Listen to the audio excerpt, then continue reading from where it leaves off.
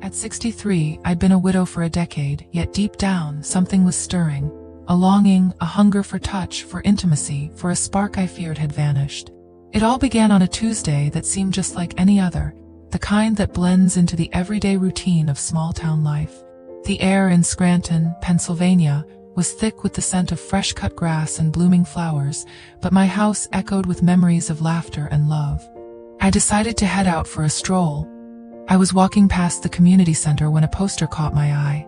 Yoga classes every Tuesday and Thursday. I paused, then signed up, hoping to fill the empty hours and maybe find a bit of peace. The first few classes were nothing special, just a sea of graying heads and creaking joints. But then, one Thursday he walked in. Lucas, the new neighbor in his early 30s, had recently moved down the street. He stood out like a sore thumb, with his dark curls, piercing blue eyes, and a body that looked like it was carved from marble. He moved with an easy grace, a fluidity that belied his age. I couldn't help but watch him, drawn like a moth to a flame. At first, Lucas didn't seem to notice me. I was just another face in the crowd, another body stretching and bending in the dimly lit room. But I noticed him. I noticed the way his muscles flexed under his shirt, the way his eyes crinkled at the corners when he smiled, the way he seemed to exist in a world of his own, untouched by the mundane reality around us. I started to look forward to those yoga classes, not for the exercise but for the chance to see him. I found myself dressing with more care, choosing outfits that flattered my figure, applying a touch of makeup to brighten my eyes. I told myself it was for my own benefit, a way to boost my confidence, but deep down I knew it was for him. One day, as we were rolling up our mats after class, I worked up the nerve to approach him. "You're new here, right?" I asked, my voice steady despite the butterflies in my stomach. He looked up, his eyes meeting mine, and for a moment I was lost in their depths. "Yeah, moved in a few weeks ago," he said, running a hand through his hair. "I'm Lucas." "Francis," I replied, extending my hand. He took it, his grip firm and warm, and I felt a jolt of electricity at his touch. "Welcome to Scranton." We fell into an easy conversation, talking about the town, his writing, my garden. He was charming, engaging, and I found myself drawn to him in a way that I hadn't felt in years. But there was no spark, no hint that he saw me as anything more than a friendly neighbor. Until one day I decided to take a risk. I wore a low-cut dress to class, one that hugged my curves and showed off my cleavage. I've always been a curvaceous woman, and I knew how to accentuate my assets. That day, Lucas noticed me. I saw his eyes linger on my body, saw the way his Adam's apple bobbed as he swallowed hard. After class, he approached me, his eyes never leaving mine. "Francis, you look different today," he said, his voice a low rumble. I smiled, feeling a thrill of victory. "Just felt like dressing up a bit," I said, shrugging casually. He nodded, his eyes still lingering on my body. "Would you like to grab a coffee sometime?" he asked, his voice barely above a whisper. My heart skipped a beat. "I'd love to," I replied, trying to keep the excitement out of my voice. We agreed to meet the next day at the local cafe, the one with the outdoor seating that overlooked the town square. I spent the evening in a whirlwind of nerves, agonizing over what to wear, how to do my hair, and what to say. This was my chance to show him that I was more than just the woman who lived next door. The cafe was bustling when we met, the chatter of the patrons mixing with the clinking of spoons against ceramic mugs. Lucas looked even more handsome than he had in class, his eyes bright in the afternoon sun. We ordered our drinks and found a quiet table in the corner. As we talked, I felt the tension between us growing. It was palpable, a silent symphony playing just beneath the surface of our conversation. His eyes kept drifting to my neckline, and I knew he was thinking about it. I leaned in closer, letting him catch a whiff of my perfume, a sweet scent that had always been a favorite of my late husband. "Your garden must be beautiful," Lucas said, his gaze flicking up to meet mine. "I see you out there all the time, tending to it." "It's my pride and joy," I said, smiling. "Maybe I could show it to you sometime?" He took a sip of his coffee, his eyes never leaving mine. "I'd like that," he murmured. The conversation flowed easily, but it was the pauses between words that spoke the loudest. The way his hand brushed against mine as he reached for the sugar, the way our knees touched under the table, the lingering glances that held a promise of something more. As the afternoon grew late, the cafe emptied out, and the sun dipped low in the sky, casting a warm glow over everything. "I should get home," Lucas said, his voice heavy with reluctance. "But I had a really nice time." "Me too," I said, trying not to sound too eager. "Thank you for the coffee." He stood up, his hand reaching out to help me. As I took it, our eyes locked, and for a moment I thought he might lean in for a kiss. But instead, he gave my hand a gentle squeeze and said, "It's my pleasure, Francis. I'll see you at yoga tomorrow." I nodded, feeling the heat of his hand linger even after he'd let go. "See you then," I murmured, watching as he walked away. Over the next few weeks, our meetings grew more frequent. We'd see each other at yoga, exchange pleasantries, and then find ourselves lingering outside the community center, talking about everything and nothing. The tension grew, a delicious anticipation that had me tossing and turning in bed at night, my thoughts consumed by his touch, his smile, the way he said my name. One evening, as I was tending to my garden, Lucas stopped by. "I've been meaning to see this masterpiece," he said, a teasing smile playing on his lips. I blushed, feeling self-conscious under his gaze. "It's just a few flowers," I said, gesturing to the beds of roses and lavender that surrounded us. Lucas's eyes traveled over the garden, but his attention remained fixed on me. "It's beautiful," he murmured. "You have a real talent." We walked along the winding path, and as the sun dipped lower, the shadows grew longer. I could feel his presence, his warmth, just a breath away. "Thank you," I said, my voice barely audible. Then, without warning, he stepped closer, his hand reaching out to brush a stray hair from my cheek. His touch was feather-light, but it sent a shiver down my spine. I looked up at him, my heart racing. "Francis," he whispered, and I knew what was coming. Or at least I thought I did. I felt my cheeks flush as I anticipated the moment, my eyes fluttering closed. "Lucas," I started to protest weakly, but he silenced me with a finger to my lips. "Sure," he said, his eyes searching mine. I could feel his breath on my face, and I braced myself for the kiss that seemed inevitable. But instead, he gently pulled away, his hand carefully extracting something from my hair. "There's a bee in your hair," he explained softly. I opened my eyes, blinking in surprise and disappointment. "A bee?" I had been preparing for a kiss, my heart pounding in my chest, and all he wanted to do was remove a bee from my hair. I felt a pang of embarrassment, realizing I had misread the situation. I tried to hide my disappointment, forcing a small smile. "Oh, thank you," I murmured, looking away to hide the blush that still lingered on my cheeks. He held the tiny creature between his thumb and forefinger, examining it with a gentle curiosity before setting it free.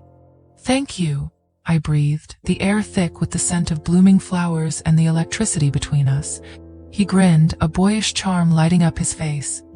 "It's the least I could do for the woman who keeps the whole town in bloom," he said, his voice low and husky. The tension grew, our bodies so close that the air between us seemed to crackle. "I've got to go," Lucas said, breaking the silence. "I need to grab some groceries before the store closes." My heart sank. Just as I had allowed myself to believe that we were on the cusp of something, reality came crashing back down. "Oh, of course," I said, trying to keep the disappointment out of my voice. "See you then." He nodded, a hint of a smile playing at the corners of his mouth. "Looking forward to it," he said, before turning to leave. As he walked away, I watched his retreating figure, the way his jeans hugged his hips and the muscles in his back flexed with each step. I felt a sudden yearning, a desperate need to feel his arms around me, to taste his lips, to be young again and not bound by the constraints of age and propriety. The night stretched ahead of me, long and empty. I retreated into the house, the walls closing in around me like the bars of a cage. In the kitchen, I made myself a cup of tea, the warmth doing little to dispel the chill that had settled into my bones. But as the stars began to emerge in the night sky, my mind was elsewhere, replaying every moment with Lucas, the way he looked at me, the way he made me feel alive again. And as the crickets sang their evening lullaby, I found myself hoping that tomorrow would be different. That maybe, just maybe, the bee wouldn't be the only thing he'd want to remove from my hair. The next day, I waited with bated breath for our next encounter. Yoga class was a blur, my eyes searching for him amidst the sea of mats. And when I finally saw him, my heart skipped a beat. He looked over, his gaze lingering on me, a question in his eyes that I didn't dare answer. After class, as we were rolling up our mats, he leaned in close, his voice a whisper in my ear. "Would you like to come over tonight?" I nodded, the words caught in my throat, a mix of excitement and nerves. "Yes," I managed to croak out. His smile was warm, genuine. "Great. Say, around 7. I nodded again, unable to speak, and watched as he walked out the door, leaving me in a whirlwind of anticipation.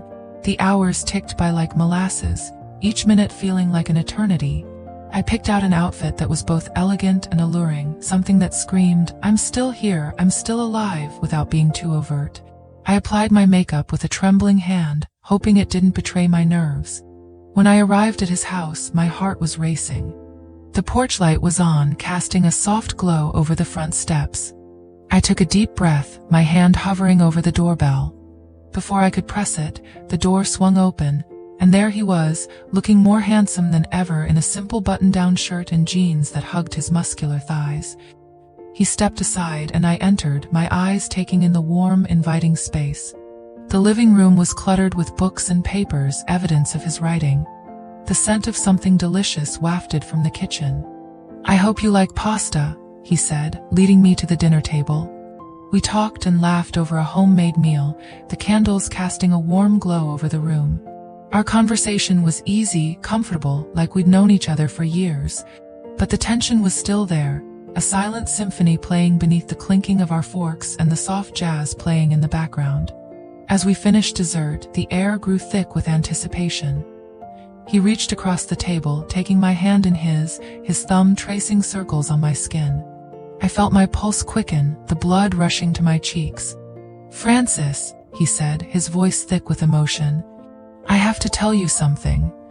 My heart was pounding in my chest, my breath shallow. "What is it?" Lucas looked at me intently, his eyes searching my face. "I can't stop thinking about you. I know it's crazy, the age difference and all, but there's just something about you." His voice trailed off, and for a moment I thought I might faint from the sheer excitement of it all. That was it. I couldn't take it any longer. I put my hand on his lips to shut him down and kissed him passionately. It was a kiss that spoke of years of longing and loneliness, a kiss that said, "I'm here, I'm alive, and I want you."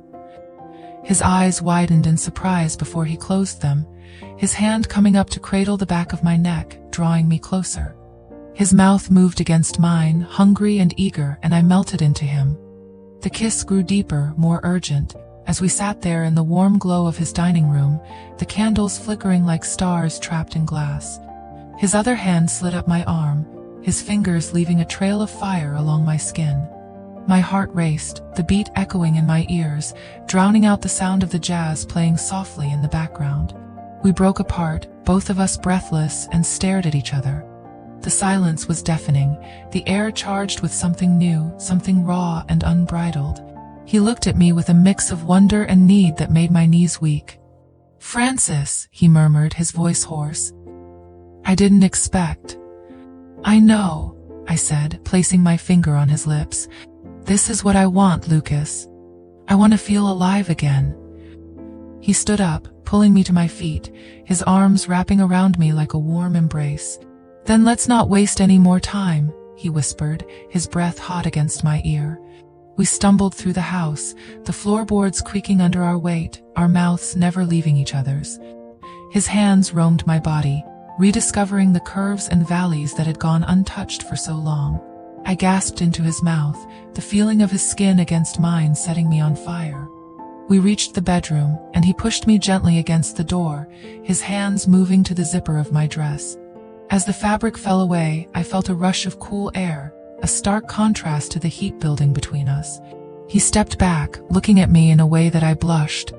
"You're so beautiful," he breathed, his eyes devouring every inch of my exposed flesh. I felt a mix of shyness and excitement. "Thank you," I murmured, reaching up to unbutton his shirt. As we undressed each other, the years fell away, leaving us both bare and vulnerable. Age was just a number, and in that moment it meant nothing. We fell onto the bed, our bodies entwined, the softness of the sheets a stark contrast to the hardness of our desire. "Lucas," I whispered, my voice trembling, "I need you." And with that, he claimed me, his touch tender yet firm, his passion setting my soul alight. It had been so long since I'd felt this way, so long since I'd been wanted, desired. And as we moved together, the decades of loneliness and sorrow melted away, leaving only the sweet, sweet taste of love in its wake. The next morning, I woke up in Lucas's bed, the sunlight streaming through the curtains, casting a warm glow over the room. I reached out, expecting to feel his warm body next to mine, but the bed was empty. I sat up, listening for any signs of him in the house. I heard the faint sound of the shower running, and I smiled, stretching languidly. I got up, wrapping the sheet around me, and made my way to the kitchen. I hummed softly to myself as I started preparing breakfast, eager to surprise him with a hot meal when he finished his shower. The coffee was brewing, and the eggs were crackling in the pan when I heard the water shut off. I turned to greet him with a smile, but my face fell as I saw him fully dressed, his hair still damp from the shower. He was carrying his laptop bag, and his eyes were cast downwards, avoiding my gaze. "Lucas?" I asked, a sense of unease beginning to grow in the pit of my stomach. "Is everything okay?" He sighed, finally looking up at me. His eyes were filled with a mix of sadness and guilt. "Francis," he started, his voice heavy with emotion. "I can't do this." I felt my heart drop into my stomach. "Can't do what?" I asked, my voice barely above a whisper. He ran a hand through his damp hair, his eyes pleading with me to understand. "This. Us. I thought I could, I thought I was ready, but I'm not." I felt a wave of nausea hit me as I realized what he was saying. "Lucas, please," I begged, my voice trembling. "Don't do this. We can talk about it, we can." He shook his head, cutting me off. "I'm sorry, Francis. I never meant to hurt you. But I can't give you what you want, what you deserve. I'm not ready for this." I felt hot tears sting my eyes as I looked at him, my heart breaking into a million pieces. "So that's it?" I asked, my voice barely audible. "You're just going to throw away what we have?" He looked at me, his eyes filled with pain. "I'm sorry, Francis. I truly am. But I can't be what you need me to be. I thought I could, but I can't." With that, he turned and walked out the door, leaving me standing alone in his kitchen, the smell of burning eggs filling the air. I sank down onto the cold tile floor, the sobs racking my body as the reality of what had just happened sank in. In the days that followed, Lucas avoided me. He didn't come to yoga, didn't answer my calls, didn't even look at me when we passed each other on the street. It was as if I was a ghost, a specter from his past that he wanted to forget. And so, I was left to pick up the pieces of my shattered heart, to try and move on with my life as best as I could. It was hard, so hard, but I did it. I had to. Because at the end of the day, I was still here. I was still alive. And I deserved more than a man who couldn't love me the way I deserved to be loved.